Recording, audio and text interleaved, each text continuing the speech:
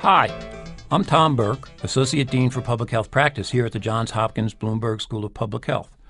Welcome to Public Health on the Inside, your inside look into the world of public health.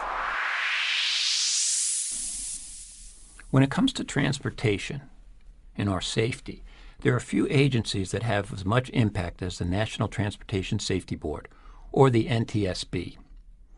Now, we probably all recognize NTSB because of their very prominent role in accident investigation, particularly around aircraft, train wrecks, and other significant transportation incidents. They make recommendations and advocate for our safety. In that way, the NTSB is really a major public health agency.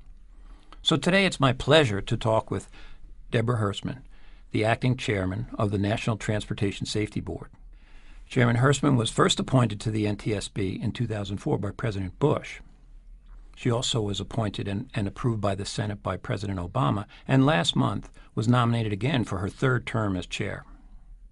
Prior to joining NTSB, she was a senior advisor to the U.S. Senate Committee on Commerce, Science, and Transportation. Deborah, welcome to Public Health on the Inside. Hi, Tom. Good to be with you. Well, thanks so much for being here, and I just had the chance to hear you speak at our annual symposium on injury prevention. Debbie, most people know of NTSB from the very dramatic events, and I have to admit, I think my first real experience in watching you on the front lines was just this last summer in July when you were responding to the San Francisco crash Flight 214, and I want to ask you about that. What's it like to get that kind of call? You know, I've worked at the board for 9 years, and whenever the phone rings and you see who's calling by your caller ID, you always stop and pause, and you know that there's something that's gone wrong somewhere in the world. And I've been to over 20 major transportation accidents, and we have great teams who are ready to go at a moment's notice. We have our bags packed, and they get launched, and they have to be ready to travel to the airport within 2 hours of getting the call to be wheels up and headed for another destination.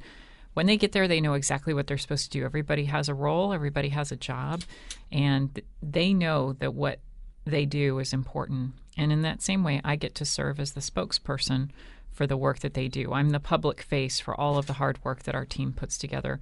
But every accident is significant, and each accident, I think we all remember exactly where we were when we got the call, and we remember what it was like to be there.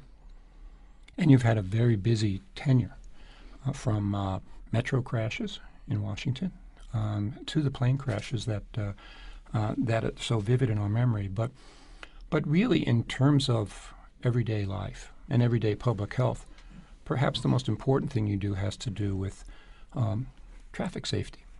That's right. I think a lot of people see those plane crashes because they are so visible, and I think for many people they see aviation as a risk, but really the riskiest thing that you can do when you're taking a flight is that drive to the airport. We lose 95% of our transportation fatalities occur on the highways.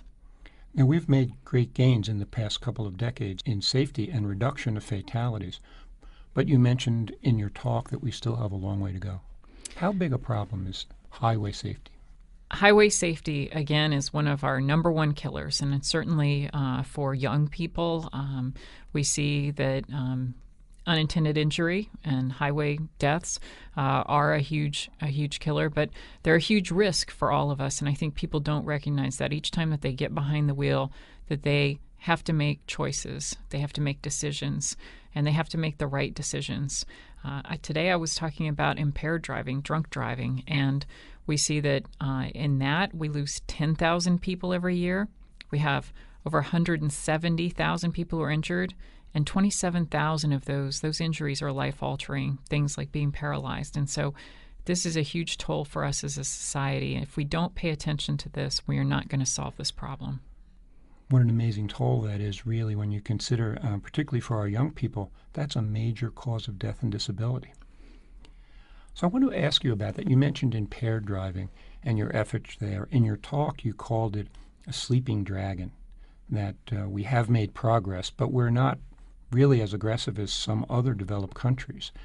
And I wanted to ask you about public perceptions about that. And is there a difference between drunk driving and impaired driving? Whether you're buzzed or blitzed, you're impaired, and an accident can occur. A crash on the roadway can occur at any time, take lives, result in life-changing injuries. And so we want to make sure that people understand that even after that first drink, your abilities start to change. And we know when people get to 0.05 that their crash risk is increased, that their reaction time is diminished, and they have cognitive functions, whether it's visual functions or others, that begin to be impaired at that rate. We've seen laboratory tests and we've seen real-world studies, post-crash studies, looking at alcohol and how much people had to drink. We have to pay a better attention as a society what it means to drink and drive. It's not about the drinking, but it's about making sure that when you are going to drive, that you have a plan if you're going to drink. Now, you mentioned a 0.05 blood alcohol. Can you put that in some kind of perspective? We've been gradually reducing it, but we seem to be kind of stuck at 0.05. What does that mean in terms of drinks and how people might be able to gauge their ability and to drive? Sure. And looking back, over the history, we had times where we didn't have limits. Some states had a 0.15, 0.10, 0.08. All of these have been reductions that have occurred over time. And now our nation stands at 0.08. All 50 states, this effort began in the 1980s and ended just about a decade ago. All 50 states moved to 0.08. But what we know is that your crash risk is increased when you are impaired. You're 4 times as likely to be involved in a crash at 0.05, and you're 8 times as likely at 0.08. Now, many of the recommendations that your board may make probably don't get the prominence of your recommendation to lower the blood alcohol number, though.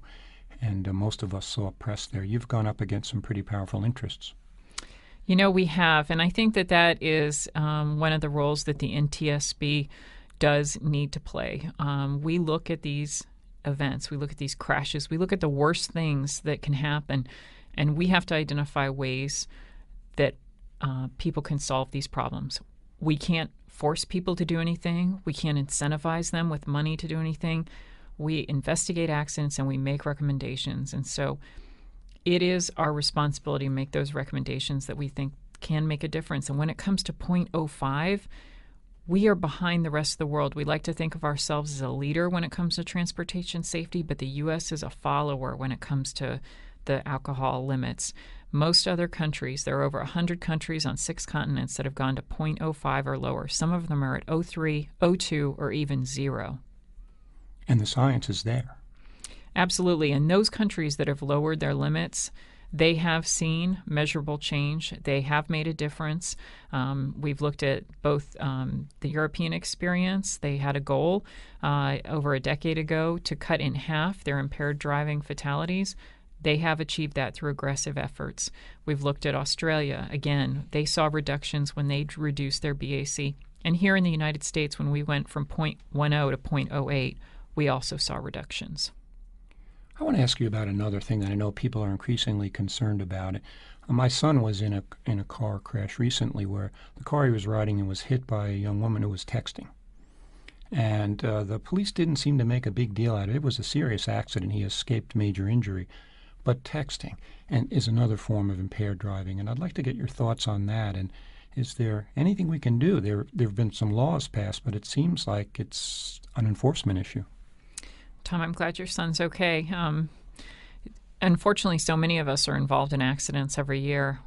We at the Safety Board looked at this issue of distracted driving. I'll tell you, this is one of those issues that's very interesting. We've been looking at this for over a decade. We identified locomotive engineers who ran through red signals. They were texting. One in Southern California, he collided with a Union Pacific train. That Metrolink train was carrying a lot of commuters, 25 fatalities. We recommended no portable electronic devices for locomotive engineers and people in the operating cab of a locomotive. Likewise, we had pilots who overflew their destination of Minneapolis by over 100 miles. They were distracted by their laptops. We've seen it in bus drivers and truck drivers. We recommended no portable electronic devices in the cockpit, in the locomotive cab, behind the wheel for truck drivers or bus drivers. The public didn't have a problem with that, but when we talked about individual drivers, all of us, and we made a recommendation almost 2 years ago about banning portable electronic devices for all drivers. There was a huge outcry against that.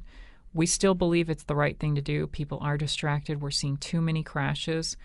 No call, no text, no update is worth a human life.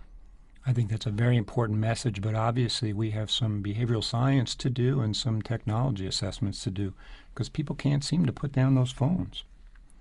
Now, I also wanted to ask you a little bit in closing about your own interests. How did you get involved in this? And I see that you have some experience in driving a bus and motorcycles. You're a transportation person. I am. I'm a transportation junkie. And, the reason that I first came in contact with the NTSB was I worked for a member of Congress. He was having a lot of train derailments in his district, and that's how I came to get to know the NTSB. But I think when I realized that this is something I really wanted to do, it was when we had a passenger train accident that involved a MARC train that was coming in from West Virginia carrying some Job Corps students from Harpers Ferry, and it collided with a train here in Maryland. And there were people who survived the collision, but they couldn't get out of the train. They couldn't get the doors open, and the emergency exits were not available to them. The train was on fire, and people tried to help them to get out, and they couldn't get them out. When that accident happened, and I worked with the NTSB on that, we looked at the risks involved and where those emergency exits were and how hard they were to get open and what needed to change. I think it was events like that that affect all of us, each of us in our own ways, that directs us on the path that we're on. But in making a difference, I think that's what everybody at the NTSB, all of the people, the men and the women that work there, they believe that what we do makes a difference and saves lives. Like so many others who work in public health, I think that that's what keeps us going day after day. I know that things changed after that accident because I do ride those trains, and we can see the results of your work. Finally, I wanted to ask you about aspiring students. You've achieved really so much, and you're affecting millions of people, and an example not just for this nation but around the world in terms of transportation safety. What advice do you have for our aspiring professionals here at the school? I would say take risks. Do something that makes you uncomfortable. Do something that you might be afraid to do, because you never know where your path lies in life, and it's about taking those risks that help you to grow and help you to achieve your full potential. So definitely carpe diem. Great advice. Debbie, thanks so much for being here on Public Health on the Inside, and thank you all for listening. I'll see you next time.